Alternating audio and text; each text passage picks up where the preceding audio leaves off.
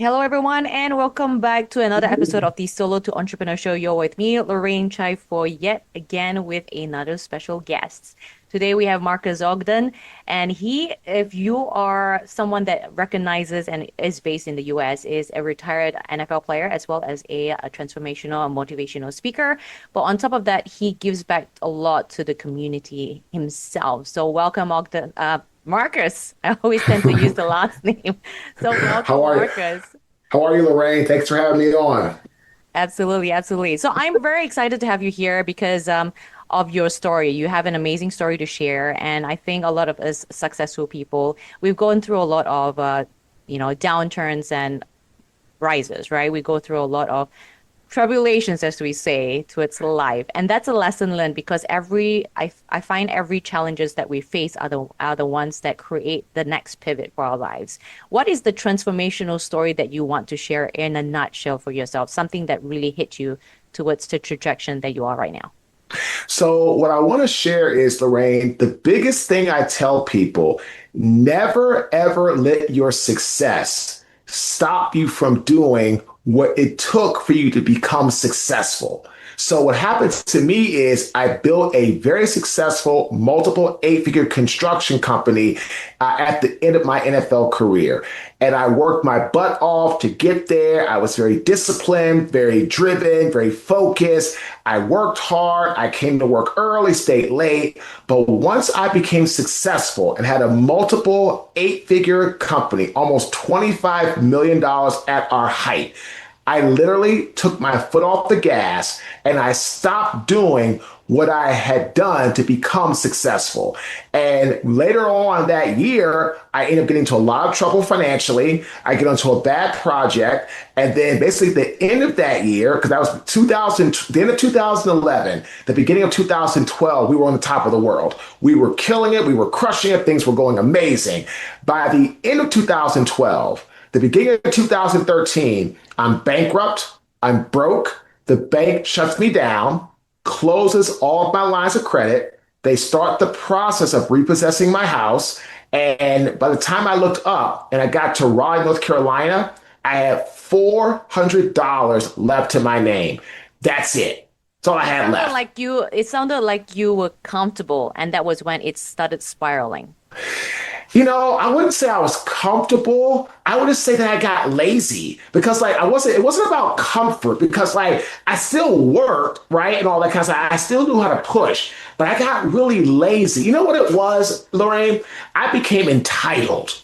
Yeah. I'm like, you owe me. I'm the king of Baltimore. I got a $25 million company. I'm the man. I'm the guy that started from the ground and working because my first job was for like $8,000 doing like some demolition work in downtown Baltimore. Then I'm doing jobs for 5, 6 million, $7 million a year. A job in, Baltimore, major excavation, utilities, all these things.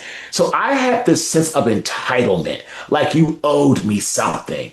And once I developed that, Lorraine, it never left until I actually lost everything. It's like the universe or God's like, no, we gotta humble you back, Marcus. So it's like, when? What's the old saying? God giveth, God taketh away. So yeah, I needed to be humbled. And, I tell people all the time, going through struggles, as long as you learn and pay attention, they can help become the foundation for your next greatest success. But if you don't learn, and all you do is sit in the victim mode or wallow in self-pity, then the failure or the lesson that you're supposed to learn, if you don't learn it, then it becomes something that keeps you in a state of victimhood or victim mindset for the rest of your life.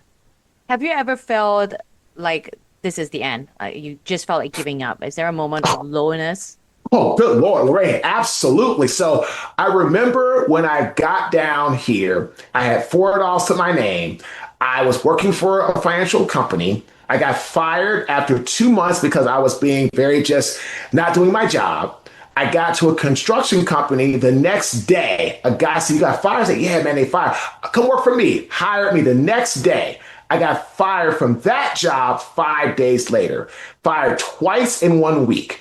So for me, that was a real low point. But my lowest point My true rock bottom was when I was a custodian working in downtown Raleigh, Lorraine, and I had my spoiled milk rock bottom moment where somebody's trash, rotten meat, nasty protruding, horrible smelling, stinking garbage got all over me.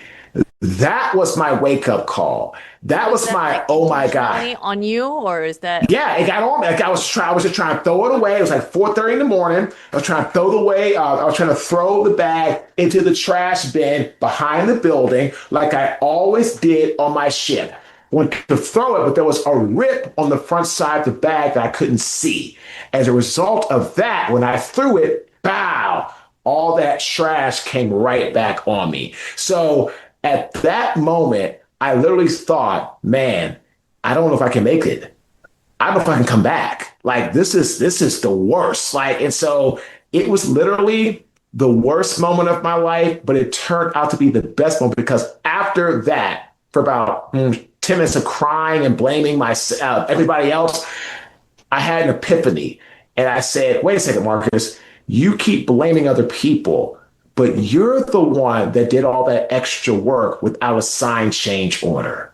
You're the one that stopped treating people inside the organization as people. You treat them as objects, money making objects. You stopped being humble and grateful. You became arrogant and entitled. And that's why you're here. So at that moment when it happened, right, Lorraine, I'm like, oh my God, this is not good. I will always be here. That after crying and getting it out of my system, I developed this mindset that I'm the one that put me here. So I'm what's going to have to work to get my life back. absolutely? No, that's amazing story to hear because I think when we are in that arrogant state, right? Because I have to admit that I have had that position of being that arrogant too. But I think it's also the downfalls and the survival mode, right? Because you were on survival mode until something just triggered in you and you snapped out of it. It's like, okay, now what? Right? With your growth, what was that opportunity that how do you say it? Like breakthroughs? Did someone give you an opportunity? What came towards you pivoting so quickly? So once I decided to be a speaker, right, Lorraine, in September 2013, I did a bunch of free jobs for clients. And I reached out to people in my network. I was training kids in private football training. And I ended up reaching out to my clients and say, hey, I'm speaking. If you know anybody, let me know, right? So I did a bunch of free jobs, non-for-profits, boys and girls clubs, sports teams. One of my clients, Dave Nisvisky, who was the head of the healthcare division for the state of North Carolina for NetApp, a Fortune 500 company. Dave gave me my first opportunity to speak for a Fortune 500 client. And I spoke for him in downtown Chicago at Mike Dicka's Steakhouse. Now, get this, Lorraine, I did the job and I thought I nailed it. Long story short, Dave said, Marcus, did anybody come up to you? We had lunch a week later. Did anybody come up to you and tell you how great you were? I said, well, Dave, no, not really. He said, aha. He said, great energy, great passion, wrong topic.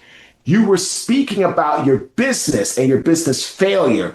We are healthcare executives, CXOs, doctors, nurses. We want to hear about your NFL days, your brain, what you went through. Did you have any concussions? Like that's our interest. So once he told me that, he said, Marcus, I'm going to give you another chance. He hired me again 6 months later for another CXO dinner in Miami. This time I nailed it. Right energy, right passion, right topic. I got my first Fortune 500 testimonial letter on letterhead. And from there, I just continued to work hard, and things got better over the years. And with you having that second chance, right? Because it sounds like a second chance thing. Oh, it was 100%. With you having that second chance, how important is it for you to practice towards that second chance and not screwing it up? Oh, it's everything. Because if I would have not done what Dave told me to do, if I would have gone back there, right, Lorraine, and spoke again about my business or the struggle or the bankruptcy and all that, they would have said, well, Marques, what are you doing? Like, I just told you 6 months ago that the talk you did the first time didn't land. And I bring you back for a different group, same type of theme, and you talk about the same thing. Obviously, you weren't paying attention. So I would have never got that testimonial letter from them.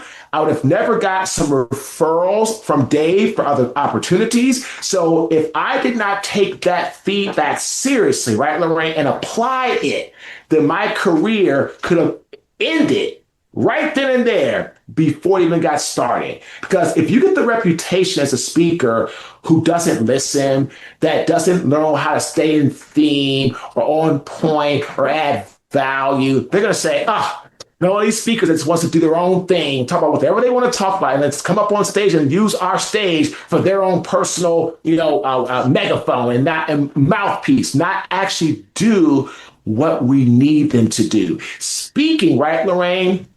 It has nothing to do about what you want.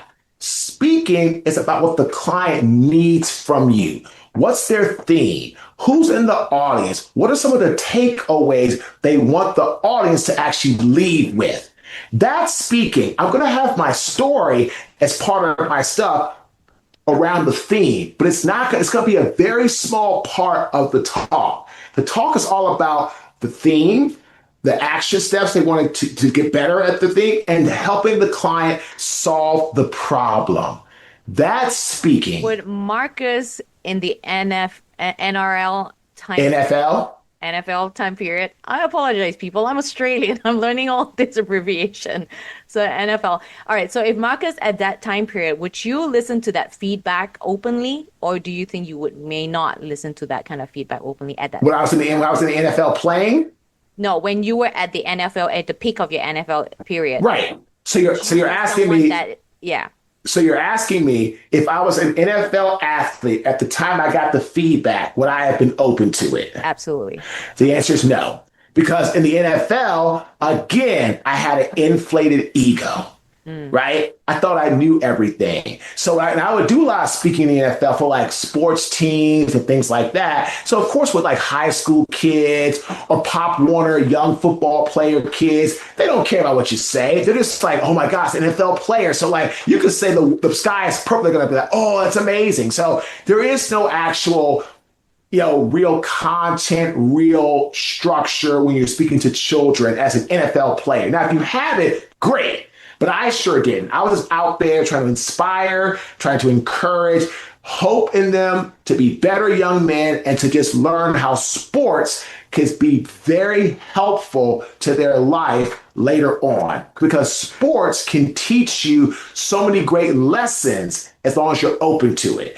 So at that time, I was more focused on sports and being an athlete and thinking, and I was also young, my early 20s. So no, I wouldn't have been open to the feedback at that time more than likely. So, it happened at a perfect time because when I started speaking, right, Lorraine, I was very much in a dire financial condition. I wasn't broke like when I first moved to Raleigh, right? I was broke when I got to Raleigh, but I was in very difficult, dire financial constraints at that time.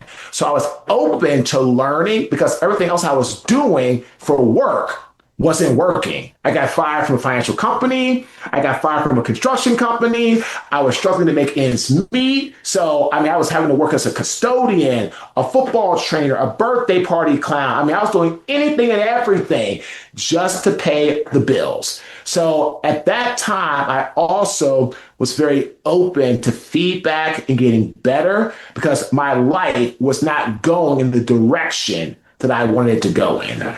In this day and age, we hear a lot about people being let go because maybe they're trying to downsize, they're trying to save costs, maybe they incorporate AI in it and they feel like they don't need people anymore. So with everyone losing their jobs and trying to start a business or trying to find another job, how do you see it where with your tragic loss of everything, with you losing, what made you decide, you know what, I'm going to go beyond that rather than just settle and being hired doing something? Like maybe. I wanted something, Lorraine, to allow me to share my story and share my experiences with others and help them become the best version of themselves. Speaking, coaching, podcasting allows me to do just that.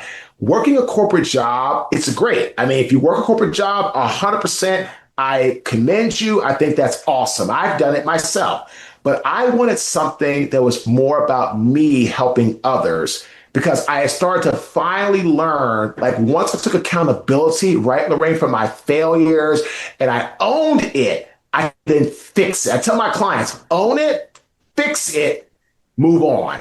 But you can't fix it. You can't move on if you don't own it.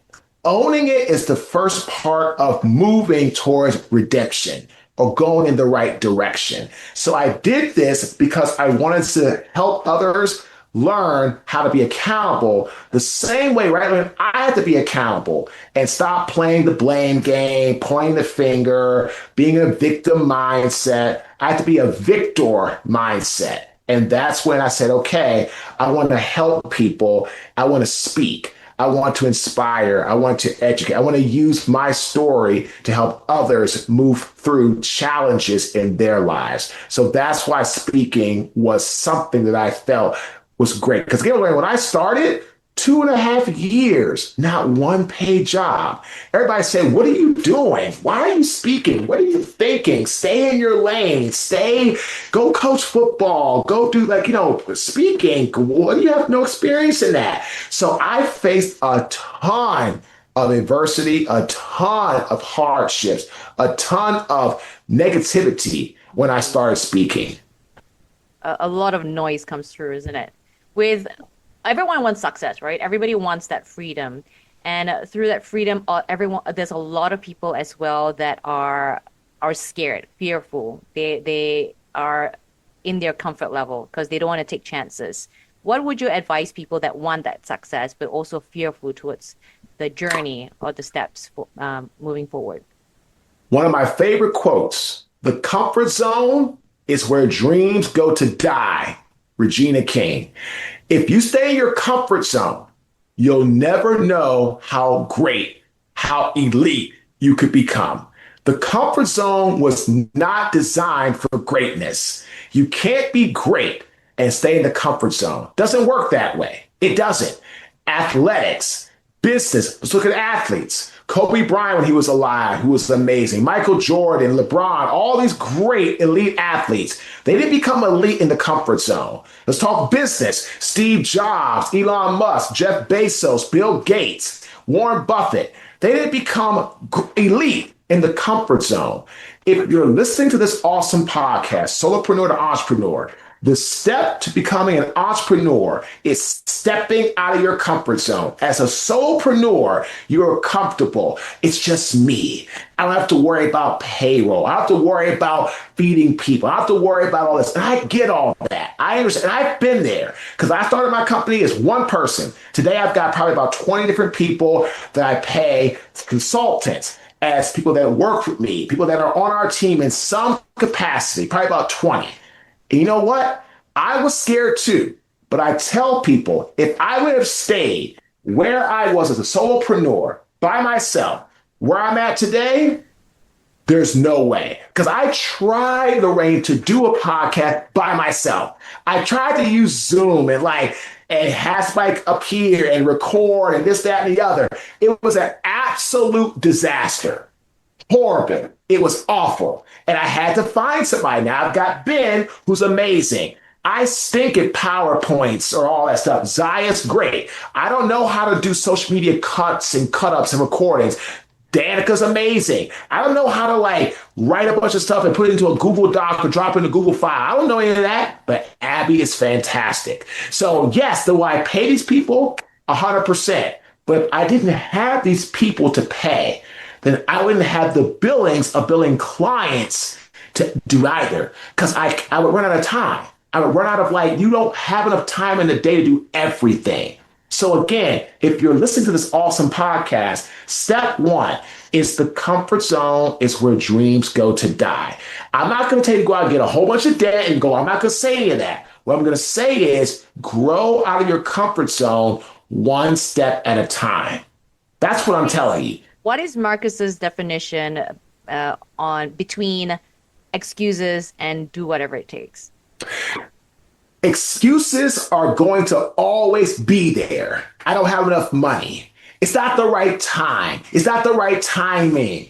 There's no such thing as a perfect time, the right timing. You've got to go for it. And what I mean is, if you've been doing something for a long enough time and you have a good client base and you have people that know and trust your work, that's the sign you should start to progress yourself into the new direction, to the next summit. Because eventually, if you're a solopreneur, you can only get to like one summit, right? That's fine, right? The problem is you get to that summit and you stop, you're going to regress. Because that's what happened to me, right, Lorraine? I had a goal. I had a summit of being a multiple 8-figure construction company owner. I achieved that at 31 years of age. I got to that. Problem is, I stopped. And it took me 4.5 years to build it. It took me it took me less than 90 days to lose it. So once I got to that summit and I stopped, I just crashed and burned. So excuses are going to be like, again, oh, it's not the right timing. Look, I get all that. It's not perfect. Nothing is perfect in business. So if you want it, you're going to have to go and work. And here's the thing. If you fail, so what? Right? If you fail, so what? That's okay. Right? As long as you learn from the lesson and can apply it next time, that's what matters. I'm telling you, how many people that we know? I mean, Elon Musk had failures and had to learn. Jeff Bezos, all the greats have had to. How many times did Abraham Lincoln lose the primary election? 8. Lost it 8 times. How many people told Bill Gates they weren't going to give him any investment? Over 100, right? How many people told Dr. Seuss that they were never going to publish Cat in a Hat? Over 150. Right? Like, you're going to fail in life. The question is, do you look at failure as the end and failure, or do you look at failure as a learning lesson to then apply, to then do better the next time? Look where I'm at. I failed miserably in construction, miserably, but I learned from it. So now with our podcast, with our coaching, with our brand, I'm never going to be egocentric. I'm never going to feel entitled. I'm never going to feel I'm better than anybody else. Never, because I'm not. So the lesson is I failed in the construction company, but it wasn't failing and that's it. It was failure. That's now a learning lesson. And that learning lesson has set me up for what I'm doing today. That's how you have to look at it. So when we do whatever it takes for success and we hustle, as people say, whatever words you want to say, for yourself, we all have to have this sort of recharge. What is Marcus's recharge or routine that works for you? Because everyone's routine is different on a daily basis or on a weekly basis. Oh, it's the gym. 100%. That's a great question. 5 a.m., I'm usually about 4 a.m., I'm up. This brain is running, working on this thing, talking to my team overseas, putting this in this, doing that and that, all this stuff, right? So by 5 a.m. though, I'm up. So this morning, 5 a.m. I was up, I ran a mile and a half. I got in a good workout, military style. Today was back and biceps, core, boom. Got back home, took my daughter to school, off to the races.